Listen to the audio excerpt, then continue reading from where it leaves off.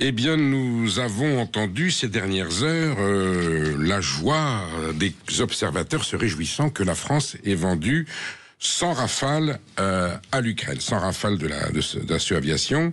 Alors, c'est une cérémonie mise en scène par le président de la République. Voilà, c'était à Villacoublay, dans la base aérienne de Villacoublay. Il s'agit d'une lettre d'intention. Une lettre d'intention, ça dit bien ce qu'elle veut dire. C'est un projet, c'est une forme de promesse, engageant la France à vendre 100 Rafales à l'Ukraine. Alors, bon, on peut se réjouir, bien entendu. Il est important que l'Ukraine s'arme, et c'est parce qu'elle n'est peut-être pas suffisamment armée qu'aujourd'hui elle est en difficulté militaire. Et à en croire certains commentateurs et autres experts d'illusions perdues, le match est sauvé. Alors on va faire un petit décryptage éclairant. Il s'agit donc d'une lettre d'intention. Pour l'instant, ça n'engage à rien.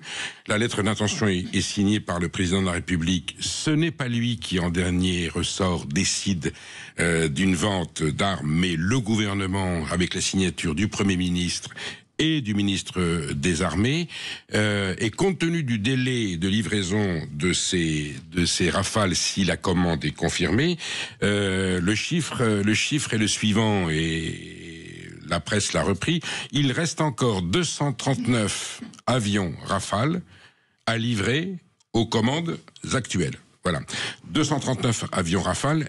Aujourd'hui, Dassault Aviation, dans son rythme le plus rapide, peut en produire 4 par mois.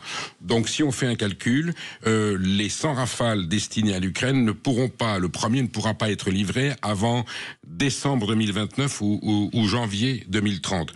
On suppose que d'ici là, il se sera passé beaucoup de choses entre Moscou, Kiev et l'Europe, et 4 ans de délai. Je trouve que c'est un petit peu optimiste pour penser que ça peut pouvoir changer le sort auquel l'Ukraine est soumise. La facture s'élèverait à 19 milliards d'euros en totalité, parce qu'il n'y aurait pas que des avions, il y aurait aussi d'autres formes d'armement et des drones. Les avions eux-mêmes, c'est un peu plus de 11 milliards, et on se pose la question, mais qui va payer? Bon, les finances de l'Ukraine sont exsangues, on les sait, c'est normal, puisqu'elle est en état de guerre. On se dit, mais est-ce qu'à ce moment-là, ça serait le contribuable français ou européen qui paiera? Et alors, certains ont suggéré l'idée que ce soit, vous savez, les avoirs russes qui sont gelés en Belgique, à Bruxelles, qui serviraient à payer cette facture de 19 milliards d'euros pour offrir les avions Rafale à l'Ukraine. Mais ce serait une décision absolument catastrophique, parce que c'est toute la fiabilité de l'économie européenne qui serait remise en cause. Vous imaginez tous les pays qui ont des avoirs aujourd'hui dans le système bancaire européen, à qui on dirait, mais il suffit que vous soyez mal pensant ou que vous ayez commis un